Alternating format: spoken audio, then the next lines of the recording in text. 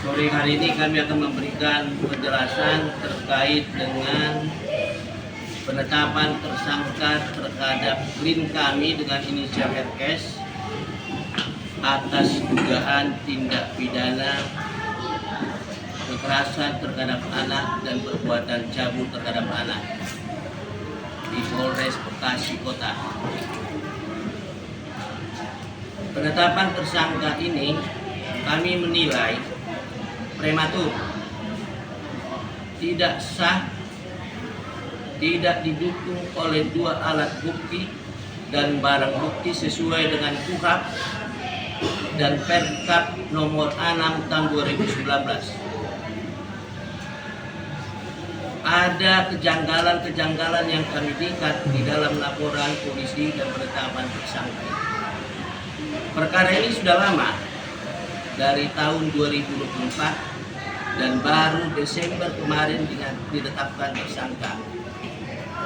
Perkara ini bermula pelapor dengan inisial YS memvideokan korban ini anaknya ya, dengan inisial R pada tanggal 24 September 2024 bermain-main. Ya, biasa anak-anak bermain petak umpet, berantem-berantaman di halaman sekolah, divideokan. Setelah divideokan, dikirim pada hari itu juga tanggal 24 September kepada guru kepala sekolah. Di dalam chattingan mereka, jadi diduga dikirim dia ya, diduga dikirim dia kepada kepala sekolah. Dalam chattingannya, dia bilang anaknya mendapat pembulian di lingkungan sekolah dan juga mendapat pembulian dari seorang dewasa dengan inisial RS. Kemudian kepala sekolah bertanya, siapa yang mengambil video ini? Pelapor menjawab, saya sebagai bukti, katanya. Kemudian pelapor ini mengirim surat kepada ketua yayasan dan kepada kepala sekolah. Dia menerangkan sama bahwa anaknya mengalami pembulian oleh kawan-kawan sekelasnya di lingkungan sekolah dan juga mendapat pembulian dari salah seorang orang dewasa dengan inisial RS, yaitu klien kami. Nah, kemudian dia menulis, diduga membuat postingan di Facebooknya menuduh klien kami melakukan tindak pidana susila ini. Nah, di dalam suratnya itu dia katakan bahwa klien kami pernah memukul pantat anaknya dan dia tafsirkan sebagai pelecehan seksual. Nah, oleh karena dia melakukan postingan di media sosial, maka tim kami mencoba untuk melaporkan dia dengan pencemaran nama baik dengan menyiarkan berita bohong. Tadi itu suratnya itu tembusannya ke Dinas Pendidikan Kota Bekasi dan PPA Polres Kota Bekasi. Dilaporkan oleh klien kami tanggal 4 Oktober 2024 di Polres Bekasi Kota. Kemudian pelapor YS ini membuat laporan tandingan tanggal 11 Oktober 2004 dengan laporan kekerasan terhadap anak. Nah, ini coba diperhatikan. Yang terjadi di lingkungan sekolah waktu kejadiannya tahun ajaran 2023 sampai 2024. Jadi pada waktu itu anaknya kelas 2 ya. Berarti itu Juli 2023 sampai September 2024. Berjalan pemeriksaan perkara tersebut, pada bulan Februari pelapor melaporkan lagi klien kami dengan dugaan telah melakukan tindak pidana perbuatan cabul terhadap anaknya. Waktu kejadiannya November 2023 sampai Mei 2024. Tempat kejadiannya sama. Jadi coba kita perhatikan. Subjeknya pelakunya, objeknya, korbannya, lokus deliknya, tempus deliknya sama, dan pelapornya sama. Tapi ada 2 laporan polisi terhadap klien kami dengan dugaan tindak pidana yang berbeda. Jadi agak aneh ini ya. Kami coba pertanyakan kepada penyidik pada waktu itu, kenapa ini bisa 2 laporan? Ya alasannya kita ini kan hanya menerima laporan saja biasa. Dan saya katakan coba disatukan saja. Kalau memang terjadi perbuatan cabul, satukan saja laporan polisi yang pertama sama yang kedua. Nah, berjalan pada bulan Juli tahun 2025, kedua laporan polisi ini naik sidik. Kami selaku kuasa hukum mengajukan protes ke Wasidik, Propam, dan Irwasda, termasuk kepada Kapolri. Kami pertanyakan siapa yang menerima dan membuat laporan polisi yang kedua itu.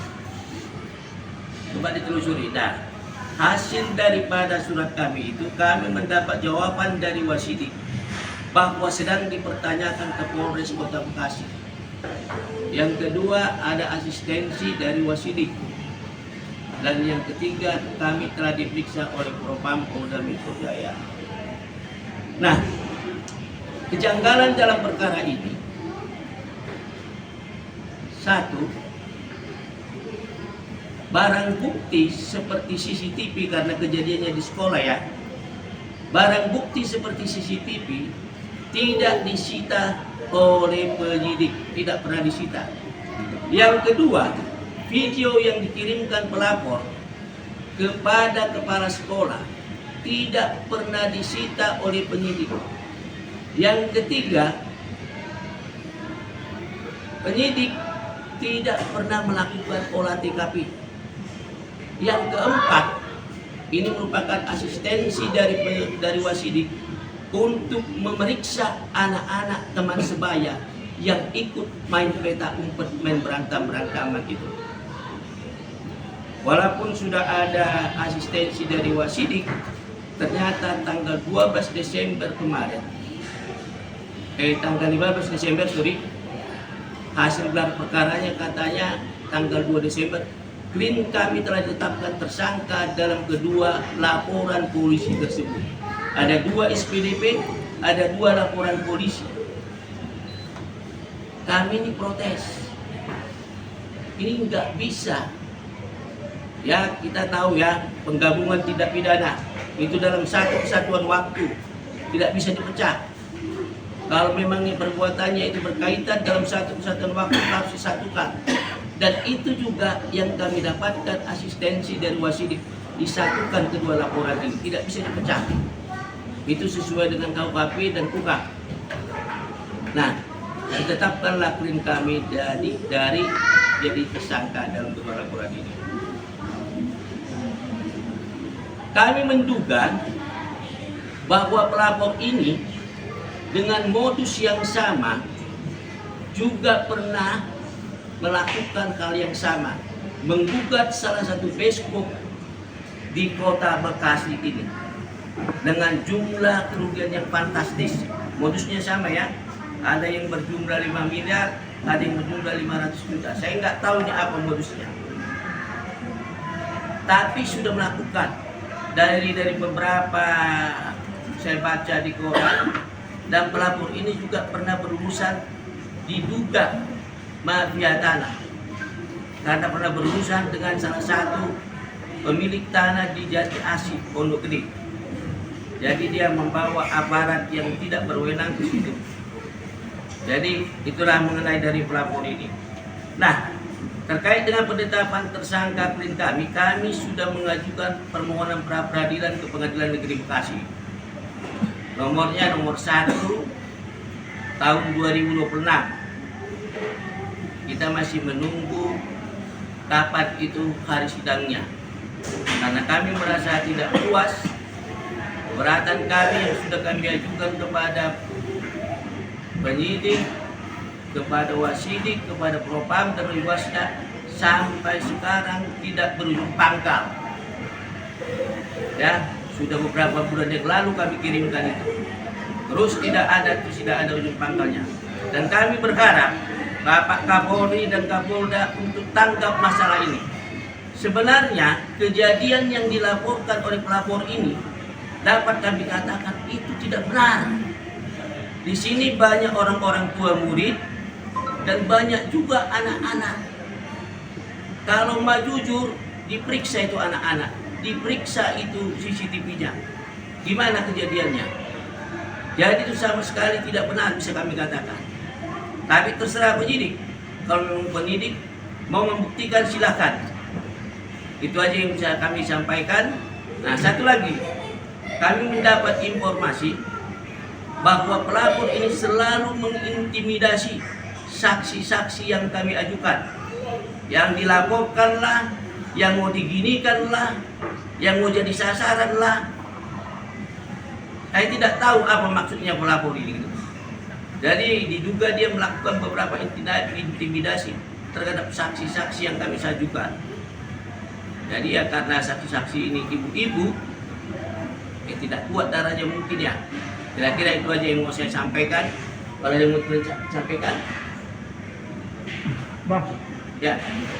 Bang, ini kan LP dari tahun 2024 ya Bang ya? Iya. Baru ditetapkan tersangka di tahun berapa nih Bang? Di hasil gelar perkara 2 Desember tahun 2005 dan surat ketetapannya 15 Desember 2025. Berarti LP-nya 2? LP-nya 2. Delik lokasinya sama? Korbannya sama, pelakunya sama, lokus deliknya sama, tempus deliknya sama, pelapornya sama. Berarti si terlapor ini disangkakan 2 pasal itu? Iya, 1 laporan kekerasan, 1 laporan lagi perbuatan cabul. Tapi itu tegang waktunya kurang lebih 5 bulan lebih, 5,5 bulan. Jadi saya tidak tahu kenapa nggak disatukan aja. Kalau memang betul itu perbuatan cabul terjadi, itu kan begini ya. Kalau anak kita tanya A, jawabnya sekarang.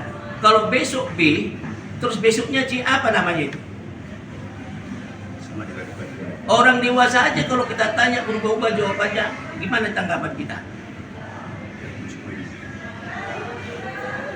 Nah itu aja gambarannya. Kalau memang pada waktu dia diperiksa selaku dalam kekerasan itu mengakui sudah terjadi memang dia mengalami perbuatan cabul, ya kenapa nggak dia tinggi itu aja dikembangkan langsung dia apa diperiksa? Kenapa ditunggu-tunggu 2 lagi gitu? Dipikir lagi. Nah kalau begini, saya pernah bertanya katakan kalau seandainya pelapor ini nanti melaporkan kembali lagi klien kami pemerkosaan atau katanya dia frustasi anaknya disuruh mengemis di sekolah, apa polisi terima lagi? Sampai kapan ini perkara selesai? Bolak-balik ditelaporkan, bolak-balik dilaporkan. Jadi kan tidak memiliki kepastian hukum. Habis ini nanti dilaporkan lagi, habis ini nanti dilaporkan lagi. Apa jadinya ini perkara? Nah, klien kami juga pelapor ini di Polres Bekasi Kota ini atas dugaan pencemaran nama baik. Dalam asistensi wasidik itu, laporan klien kami ini juga mendapat asistensi. Intinya, periksa itu anak-anak MNPK 4. Tapi karena Krimsus Polres Bekasi Kota tidak mempunyai sertifikasi untuk memeriksa anak dan PPA tidak mau memeriksa anak, maka laporan klien kami terhambat laporannya, nggak bisa jalan karena dia tidak punya sertifikasi untuk memeriksa anak. Mereka sudah berkoordinir akan melakukan pemeriksaan terhadap anak. Satu lagi saya tambahkan bahwa rencana mau olah TKP saya sudah sampaikan kepada penyidik dan saya sudah WA-WA-an dan dia katakan ya ada WA-nya di handphone saya. Rencana untuk memeriksa anak saya sudah sampaikan ya. Sama orang Krimsus juga ya, kami sudah koordinasi Bamre. Tapi tiba-tiba begitu. Rencana untuk memeriksa saksi yang kami ajukan ya. Jadi kami berharap pihak Kapolres, Kapolda atau Kapolri tanggap terhadap masalah ini. Kalau memang klien kami salah, silakan dibuktikan dengan alat bukti yang kuat. Jangan sampai terjadi nanti penyalahgunaan kekuasaan. Silakan, katanya 1 tahun ya sudah lebih. Kalau memang kuat buktinya, pada saat dilaporkan, bam, langsung dia ditangkap atau ditahan. Jadi ini pelapor ini sudah membuat berita-berita di media sosial, di media massa bahwa klien kami ini melakukan perbuatan cabul lah, sudah cakap ini korban katanya sudah diobok-obok lah, sudah digini-ginikan lah. Ada semua postingan dia. Jadi klien kami itu sudah kena trial by pers, trial by media sosial. Belum apa-apa sudah dihakimi gitu. Sakit klien kami ini umurnya sudah 78, mengidap sakit prostat yang sudah bertahun-tahun, 15 tahun lebih. Saat ini dalam keadaan sakit.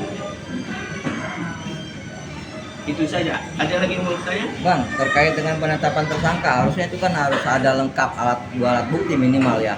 Ya. Nah itu apa alat buktinya yang dipegang oleh Polres Metro? Kami tidak mengetahui alat buktinya. Beberapa kali kami tanyakan, pihak Polres Metro tidak mau memberitahu kepada kami. Katanya visum, tapi tidak pernah diperlihatkan. Saya menduga hasil visum itu adalah hasil visum waktu korban ini main berantem-berantaman kepada kawan sebayanya. Saya menduga ya. Nah, itu hasil visumnya. Tapi bukti fisik seperti CCTV yang menunjukkan klien kami pelakunya tidak ada. Karena CCTV sekolah itu belum disita dan polisi tidak mau menyita. Itu aja. Video yang dikirimkan orang tuanya kepada kepala sekolah juga belum pernah disita. Bang, untuk pelapor sendiri, orang tua salah satu yang ada di video itu, Bang? Pelapor ya? Pelapornya gimana? Orang tua dari salah satu yang ada di video itu, yang katanya ada dugaan pelecehan itu. Iya, jadi yang mengambil video itu pelapor. Anaknya di situ berantem-berantaman sama teman sebayanya. Divideokan ini, direkam. Habis divideokan dikirim ke kepala sekolah. Anak saya mengalami kemudian, dari situlah berawal pangkal ini berkembang. Nah itu.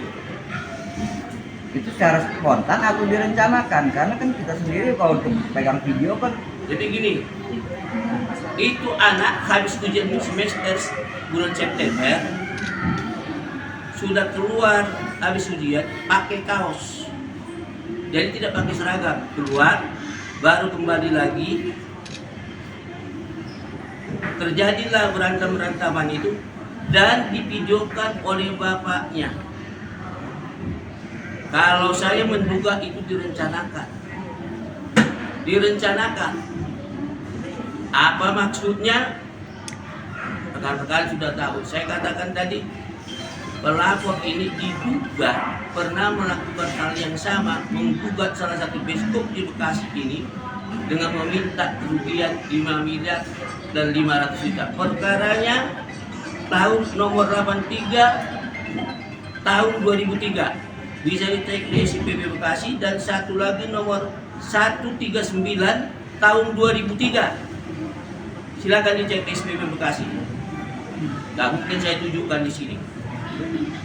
83 dan 193 sama-sama tahun 2003. 2023 ya.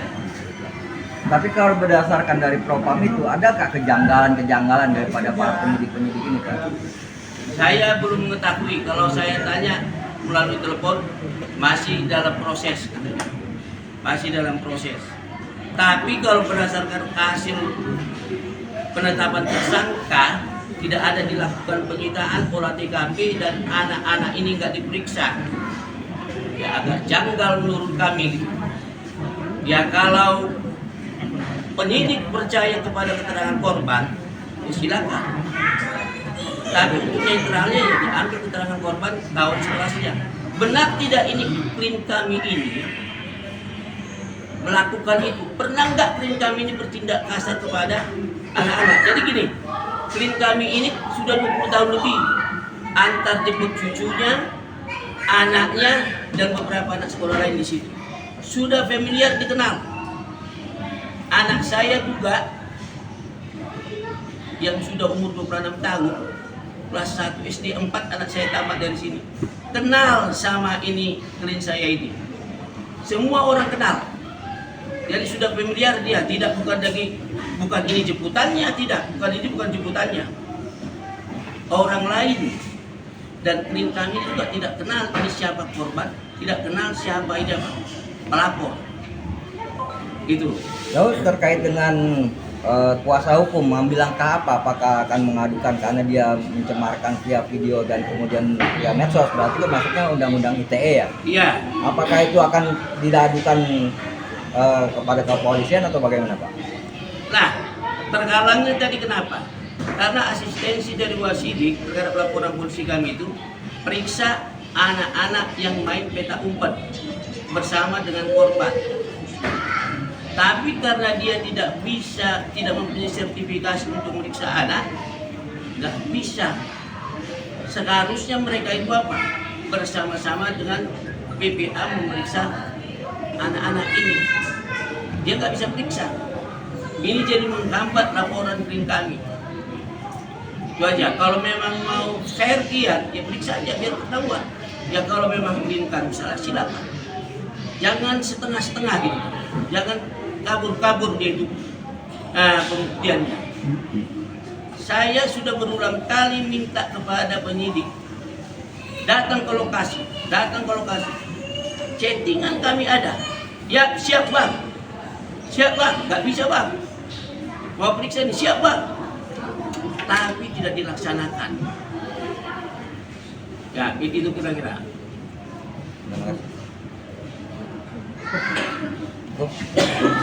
Ada lagi? Ya. Ya, mungkin selama ini Pak, setelah layanan dan jadi tersangka dari pihak-pihak mana saja yang diminta keterangan. Benar? Nah, tadi Tersangka udah ditahan. Kayaknya sudah belum tahu. Kira udah. siapa saja sih yang jadi saksi atau yang diperiksa pihak kepolisian? Ya, dari pihak pelapor saya tidak tahu, tapi dari pihak terlapor kita ajukan orang tua murid dan guru beberapa guru. Semua orang tua murid silakan tanya sama anak-anak nanti di bawah, tanya ke kepala sekolah dan guru-guru menyatakan bahwa perbuatan itu tidak pernah terjadi. Jadi di sekolah kita ini itu jarum aja jatuh ketahuan. Karena sekolah itu kecil, paling panjangnya 50 meter, nggak sampai, lebarnya paling 20 meter, nggak sampai itu 1000 meter luasnya, 900-an. Bayangin bangunan sekolah 6 kelas, terus sisanya halaman, 3 mobil parkir habis. Jadi makanya saya katakan kepada penyidik, datang dulu ke lokasi. Memungkinkan nggak itu? Di mana itu dilakukan perbuatan cabul itu? Di kamar mandi kah? Di ruangan kelas kah? Di halaman kah? Tidak jelas. Itu rentang waktunya kan panjang ya. Tahun ajaran November 2003 sampai P2004. Ada berapa bulan? Apakah berulang-ulang perbuatan itu atau sekali? Kalau kita tanya dia nggak mau jelasin. Tapi surat dari bapaknya ini, pengakuan dari bapaknya itu hanya dipukul pantatnya, hanya perbuatan cabul. Itu pengakuan dari pelapor dalam suratnya kepada kepala sekolah dan dalam videonya chattingannya kepada kepala sekolah. Nah itu.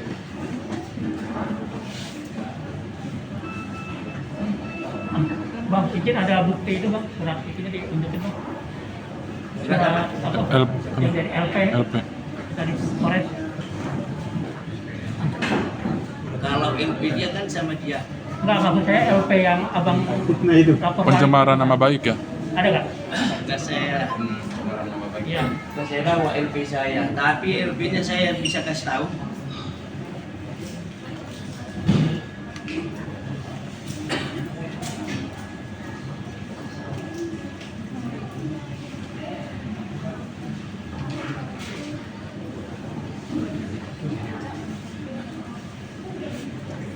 Kalau yang itu kita tahu Pak, kronologi. Yang ini. Ya bukan tuh, mau orang bukan. Data PDF-nya aja mungkin.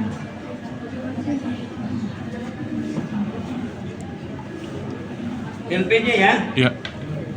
nomor LP garis miring B garis miring titik 1 titik 751 garis miring 10 Romawi garis miring 2024 garis miring SPKT titik sat Reskrim garis miring Polres Metro Bekasi Kota garis miring Polda Metro Jaya tanggal 4 Oktober 2024. Itu LP pencemaran nama baik melalui surat maupun melalui IT dan menyebarkan berita bohong. LP-nya nggak saya bawa, tapi saya catat di sini. Terus pertanyaan berikutnya, Ya. apakah sekelas Polres Bekasi Kota belum mempunyai pemeriksa yang bersertifikasi? Gimana? Apakah sekelas Polres Bekasi Kota belum mempunyai penyidik yang bersertifikasi?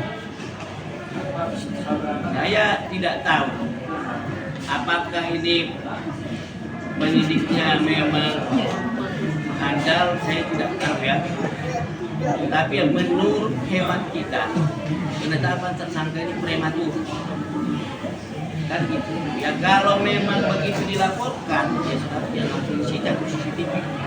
Ini kan. Nah, kenapa sampai berjalan sampai sekarang lebih 1 tahun ditetapkan tersangka CCTV juga nggak disita? Gimana dia mau mengarah kepada pemerintahan bahwa pemerintahan melakukan itu?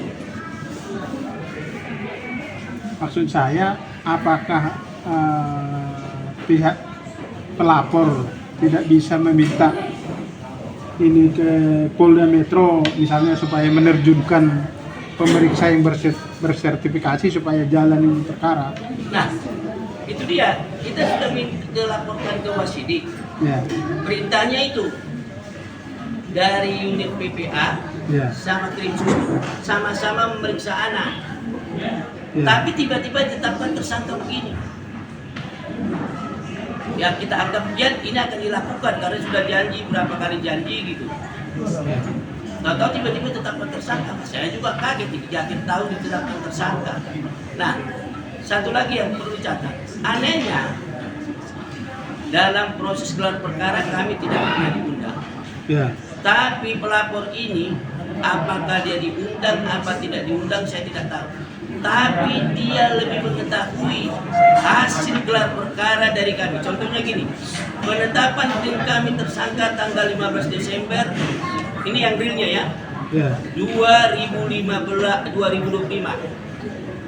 Ternyata ada dugaan bahwa pihak Polres tanggal 11 Desember sudah mengirimkan surat pemberitahuan kepada pelapor kalau tim kami tersangka. Padahal surat ketetapannya belum ada. Kemudian pada tanggal 8 Desember dia sudah mengupload berita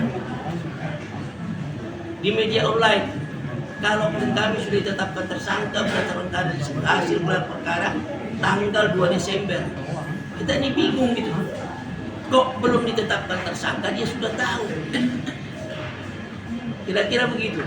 Penetapan tersangka 15 Desember, tapi pemberitahuan kepada dia kami duga karena dia posting pemberitahuan kepada dia itu di media sosial. Suratnya itu tanggal 11 Desember. Itu ada. Nah, padahal di tanggal 8 dia sudah katakan, oh si Anu sudah ditetapkan tersangka.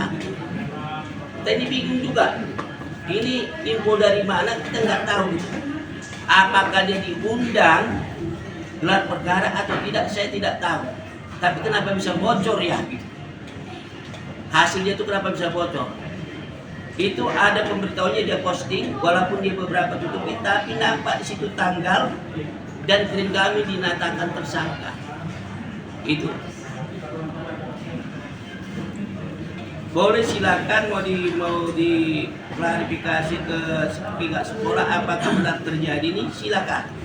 Dan semua di sini orang tua murid mengatakan itu tidak pernah terjadi. Dan orang tua murid ini semuanya yang apa? Yang pernah setiap hari duduk di situ dari pagi sampai pulang sekolah anaknya. Jadi tahu ya. Saya tahu sekali di sekolah karena anak saya sekolah di sini Pak 4. Tahu sekali. Jadi biasa itu ibu-ibu nungguin anaknya di dalam, di halaman sekolah. Gak ada yang melihat itu. Gak ada yang tahu itu. Gak ada yang... Jadi ini kaget berita ini muncul. Kita kaget itu. Tidak sempat di polis lain itu TKP? Tidak pernah. Tidak pernah. Datangnya pun penyidiknya polisi nggak pernah ke sini. Bahkan saya ini di sini ada. Ayo, ya bang. Kalau tidak jadi, tunda dulu bang ya. Sudah, saya kira masih bagus ya karena ada kalangan yang lain. Jadi saya simpan dari WA kami ada. Bang, kiranya bang, abang kan dikuasain bang ya. Saya mau nanya, sampai kapan orang tua yang dilaporkan agar nyaman dan tenang? Karena kalau sampai berlarut kan lama ini. Orang tua jadi kapan selesai? Target abang kapan kira-kira agar kasus selesai? Yang mana? Yang dilaporin saat ini Kompolnas. Nah, kami yang mendesak supaya ini diperiksa ini anak-anak. Kuncinya di situ. Kalau laporan kami itu nggak akan bisa jalan, karena itu asistensi dari penyidik ya, wasidik Polda Metro, periksa itu anak. Silakan kalau memang Polda Metro mau mengambil alih perkara ini, kami sangat berharap biar jelas dan terang-terang. Ya, semua perkara ini diangkat ke Polda Metro, silakan. Kami siap. Biar terang-terang siapa yang salah, jangan ada dusta di antara kita. Ya, jangan dikarang berita-berita bohong yang cicak dibilang buaya. Jangan ya. Jadi biarkan aja padanya. Buat buktinya silakan. Itu. Jadi ini bang yang rapid itu belum ada agenda ya dari pengadilan ya? Belum. Kapan, Ya mungkin minggu depan datang panggilannya. Kami coba cek di SCPB belum ada. Jadi kan semuanya bisa di kuhapnya yang juga dilanggar oknum penyidik tadi kan bisa dibongkar dengan rapid tadi ya. Iya. Ya salah satu itu. Jadi alat bukti yang sah itu bukan masalah banyaknya ya, bukan masalah kuantitas, tapi kualitasnya. Ya 1000 juga alat bukti kalau sampah semua nggak berkualitas, kan tidak ada relevannya ya. Harus yang ada relevan dengan perkara ini gitu. Gitu. Pak, jadi boleh disimpulkan, ini bukan hanya penetapan tersangka ini prematur, tetapi ada kejanggalan, ada pemaksaan. Kami berpendapat demikian. Dipaksakan jadi tersangka, kemudian prematur dan ada kejanggalan. Iya. Jadi ini pelapor sudah melapor entah kemana-mana ya, ke Komnas HAM, ke KPAI, ke Komnas Perempuan, dan ke lembaga perlindungan, diperhatikan ke lembaga perlindungan saksi. Dikatakan dia diteror. Apa yang diteror? Dia gilir mudik di kantor polisi di Polres Bekasi. Nah, kami minta juga ini Komnas Perempuan jangan mendengarkan keterangan sepihak. Coba kita ditanya sekolah gitu.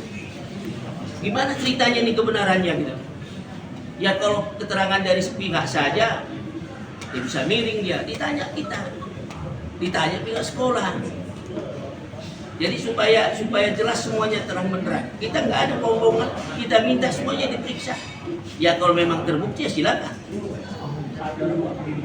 Itu aja. Jangan hanya mendengar keterangan saksi, anaknya, keterangan ini katanya. Ya Jadi keterangan dari saksi kita anak-anak nggak perlu dipertimbangkan. Itu aja. Jadi kalau rapid pakai dua hal-hal apa aja yang Banyaklah. Nggak bisa, kalau bisa kami sampaikan di sini satu-satu. Nanti banyak sekali itu kan. Salah satu ya topiknya itu tidak mengulangi, tidak Alat cukup bukti. bukti. Nah, 2 alat bukti itu tidak cukup dan tidak didukung barang bukti. Itu Perkap ya, Perkap Kapolri pasal 1 angka 9. Perkap Kapolri nomor 6 tahun 2019. Penetapan tersangka itu berdasarkan 2 alat bukti dan didukung atau dikuatkan barang bukti. Nah itu. Udah ya. Ada lagi mau tanya? nama capek Bang bikin Hah? nama lengkap pengacara Bang. Nama Saya Ramses Kartago, marganya Dolok Seribu. Beliau ini Mister Lempar Saragi. Yang di sampingnya Mangalaban Silaban. Ini John Chris Muhammad Tua KPA. Ada 2 lagi tapi tidak hadir pada saat ini. Izin Bang, kalau bisa dari yang orang itu semua.